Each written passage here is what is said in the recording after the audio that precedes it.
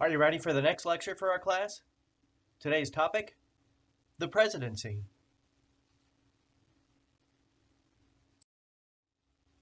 This topic will be approached in this way.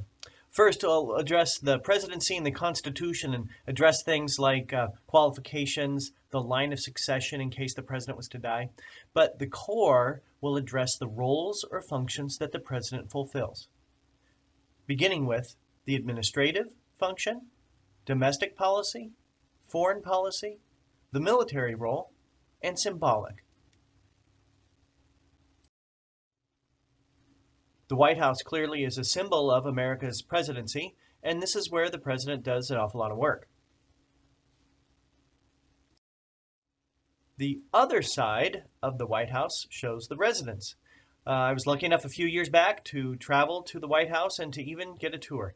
Notice I'm wearing the team colors. This is my family from a few years ago, and we also had our exchange student from Germany. We'll begin by looking at some past presidents and seeing who historians and political scientists argued were the best and the worst presidents in American history. C-SPAN has undertaken an extensive study of the presidency, and whenever one of these studies has been done, the top three has always been the same. In the latest poll that was done in 2017 of experts, Franklin Roosevelt came out as number 3, George Washington came out as number 2, and the best president in American history was Abraham Lincoln. The evaluation of the presidents continued. This was through the Obama administration. Now, many people would argue that Richard Nixon had a failed presidency, but he also had several successes, so he ranks number 28 on the list. Who's the worst president of all time? Well, James Buchanan. He was president on the eve of the Civil War and was unable to breach any kind of a compromise between the North and the South. He was seen as inept. Students at West Shore were asked, how do you approve of the way Donald Trump is handling his job? Well, President Trump had a 25% approval rating from students here at West Shore Community College. These are students taking American national government earlier this year. Before you say, wow, that's a really bad approval rating, you might want to look at some other presidential administrations. Now, again, nobody's going to get tested on this, but just so that you can see, I've been doing this survey for many years, and hardly any presidents have scored above 50%. You can see the top would be the Trump administration, then the Obama administration, President George W. Bush, and then the Clinton years. So you can see a range of data of approval ratings for these presidents. Next, we'll explore some of the qualifications in order to serve as President of the United States, as outlined in the Constitution.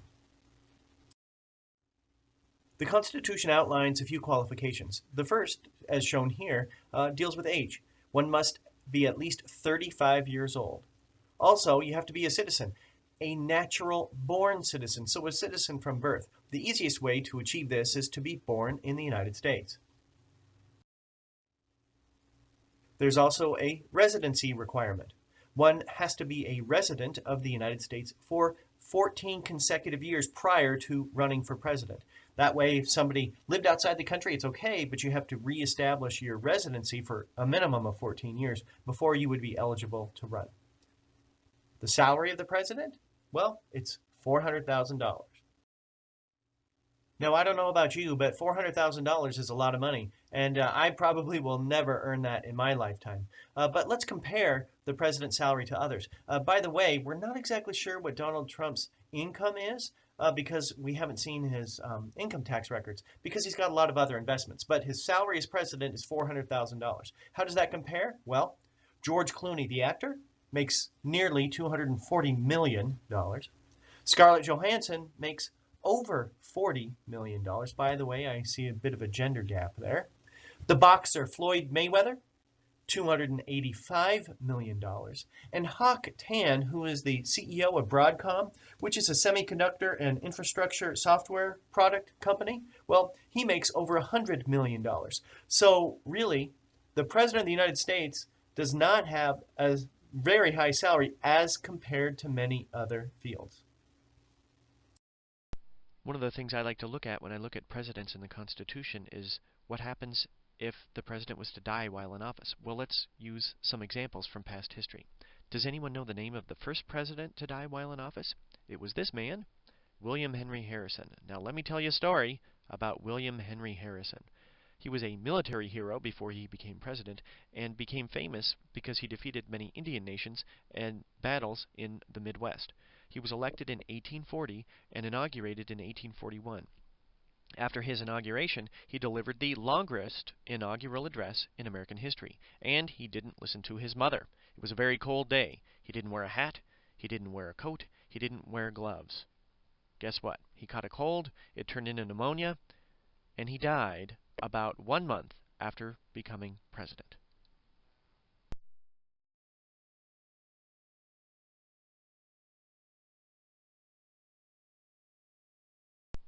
Now, supposedly, the reason why William Henry Harrison died so quickly into his administration is that Native Americans placed a curse on the White House. Supposedly, the curse was any president elected in a year ending with a 0 would die while in office. Well, let's see how this worked out.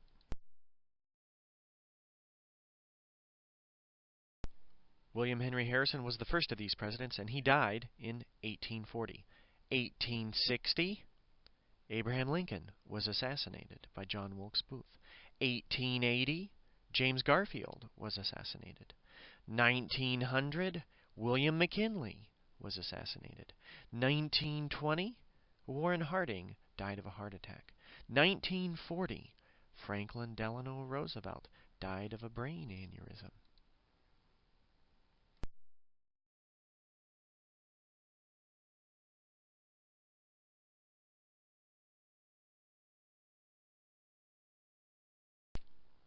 In 1960, John F. Kennedy was assassinated. 1980, Ronald Reagan was shot about 3 months into his presidency. Here we see some images of Ronald Reagan being shot in March of 1981. He was shot by John Hinckley Jr., who was apprehended shortly after the shooting took place. The supposed curse ended with Ronald Reagan surviving this assassination attempt.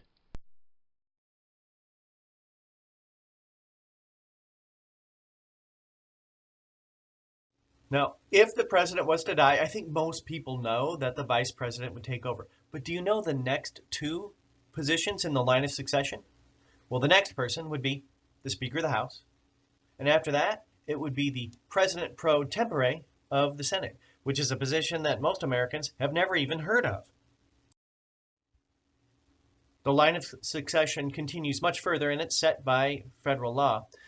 You don't need to know these for a test, but they begin with the Secretary of State, then Treasury, Secretary of Defense, and Attorney General. The line of succession continues on to these additional cabinet-level positions. If something catastrophic was to happen, it might go all the way to the Secretary of Homeland Security.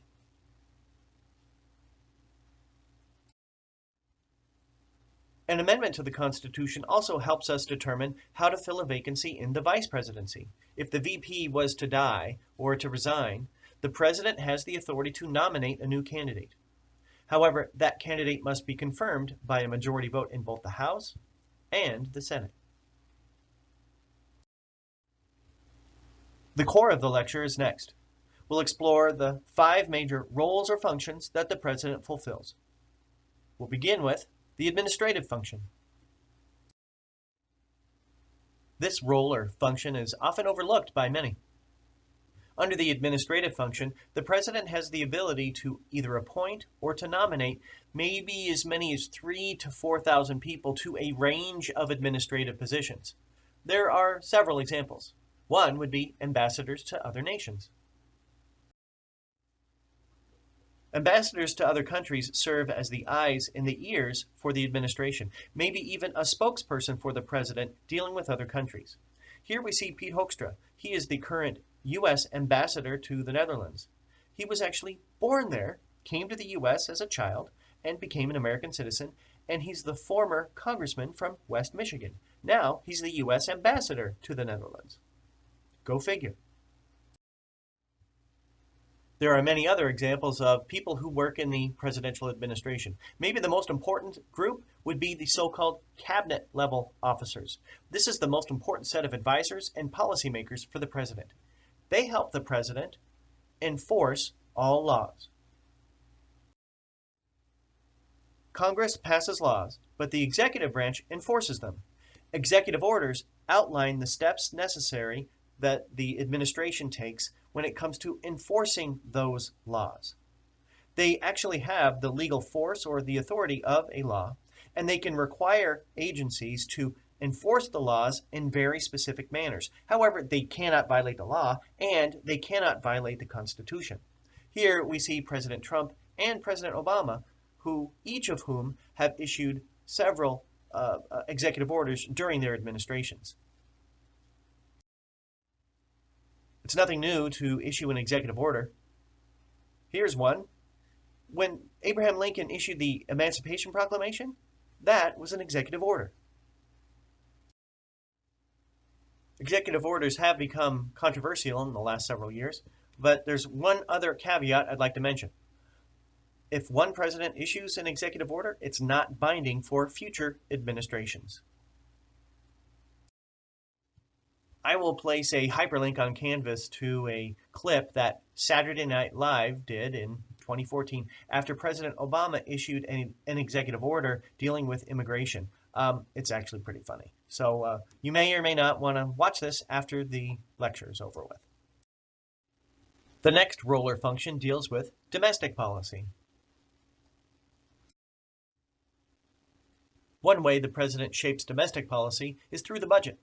The president is actually required to submit to Congress a proposed budget each year. Now, the president can propose a budget, but unless Congress passes it, it's not binding. What's important about this, though, is that it outlines the goals that the president has and the top priorities. So you could see an example here of President Trump's 2020 budget. The areas in blue show areas where he wants to increase funding. The areas in yellow show regions where he wants to cut funding.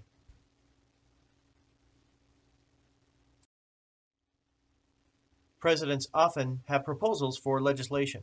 For President Trump, it was a tax cut. For President Obama, it was a national health care plan. But the president cannot go to Congress and introduce the legislation. Someone in Congress has to sponsor it. Here's a statistic. About half of all laws originated in some way from the president. Now, this is a little bit of a review, but what I wanted to address was the president's role with lawmaking. Once Congress passes a bill, there are three things the president can do. First, sign the bill, and boom, it becomes law. If the president's opposed, he could veto the bill, but that veto could be overridden by Congress. If the president does nothing, well, if the president does nothing and 10 working days pass, that bill becomes a law even without the president's signature. But if Congress quits for the year or adjourns within 10 working days, it becomes a pocket veto. For those of you who are wondering, if the president issues a pocket veto, it cannot be overridden by Congress. It's one way the president can really shape lawmaking. So how have different presidents acted when it comes to vetoes, veto overrides, pocket vetoes, things like that? Here are some statistics. No worries, you're not going to be tested on this, but we see some early presidents not using it very much. Although Andrew Jackson issued 12 vetoes, more than the previous 6 presidents combined. Franklin Roosevelt set the record for the most vetoes. Holy cow. He had a huge impact on all legislation. Here are some statistics for recent presidents. We haven't seen a whole lot of the use of the veto in the last 3 administrations, from George W. Bush, Obama, and Trump.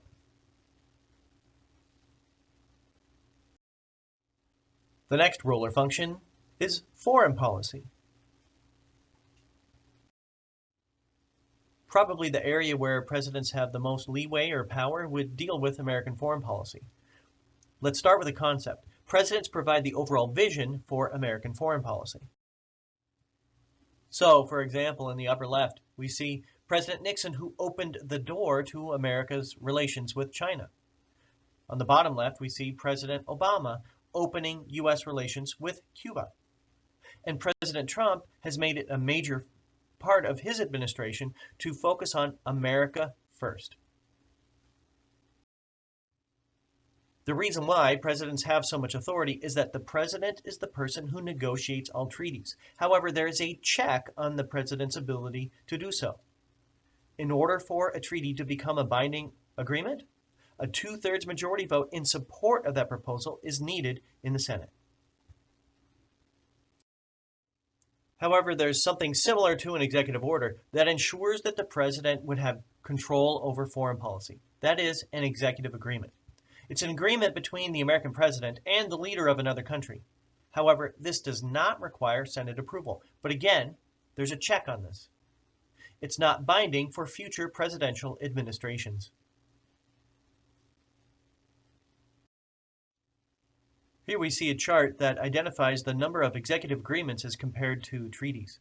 Notice the arrow is pointing to the Roosevelt administration. As the United States became a world power during World War II in the 20th century, we see the number of executive agreements increasing.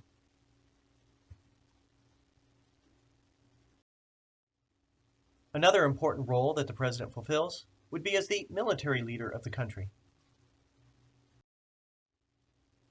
Article 2 of the Constitution outlines the powers of the president, and it declares that the president is, quote, Commander-in-Chief of the Army and Navy of the United States and the militia of the several states. President is Commander-in-Chief of the Armed Forces. Because the president serves as Commander-in-Chief of the Armed Forces, many have argued that a president should have a military background. Can you identify these military leaders who've been president? We've got George Washington, Andrew Jackson, Dwight Eisenhower, and George H.W. Bush. While the president is Commander-in-Chief of the Armed Forces, there is a check on the president's ability to wage war. Only Congress has the authority to declare war. In the past, there's been conflict between presidents who've wanted to go to war and Congress who has not declared war. And so in the 1970s, the War Powers Act was passed in order to try to address and outline times when the president could send troops into combat. There are three. First, if Congress declares war. Also, if there's a crisis, the president may act alone for a limited amount of time. And then Congress might specifically give the president the authority to send troops into combat given a particular situation. Now, there's no need to copy down this whole slide, but one time recently, when Congress did give the president the authority to send troops into combat, yet they didn't declare war, was in the aftermath of the attacks on the World Trade Center and Pentagon in September of 2001. This is the joint resolution authorizing President Bush to send troops into combat. It passed overwhelmingly in the Senate and the House.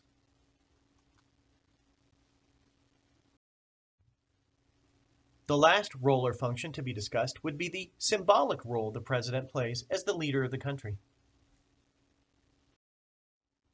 The president is our top political leader, but the president also serves as a head of state.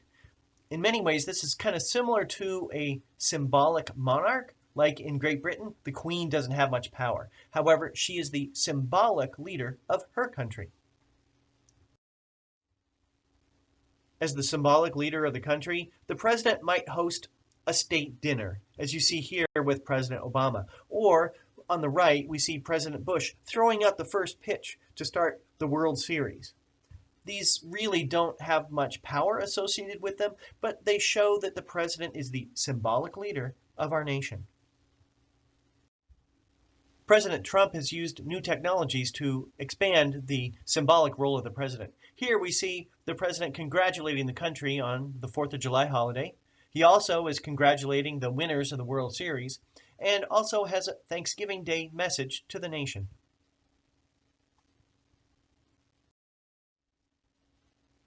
Some of the president's tweets have been more controversial, criticizing political opponents, possibly insulting foreign heads of state.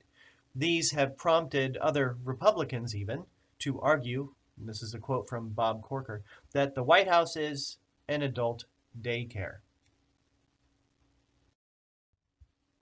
Both Democratic as well as Republican presidents have tarnished the symbolic role of the president in a range of manners.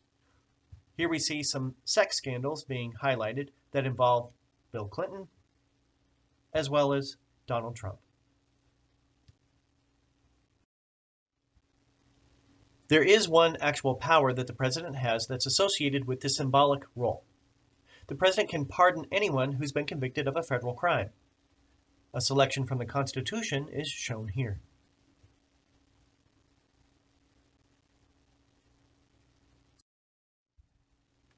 Presidents going back to George Washington have issued a range of pardons of different people who've been convicted of crimes. You see the focus of the Obama administration as they tried to address some nonviolent drug offenders. And Joseph Arpaio was shown here on the right. He was the sheriff from Arizona who was pardoned by President Trump. We're just about done. We've got a few concluding comments next.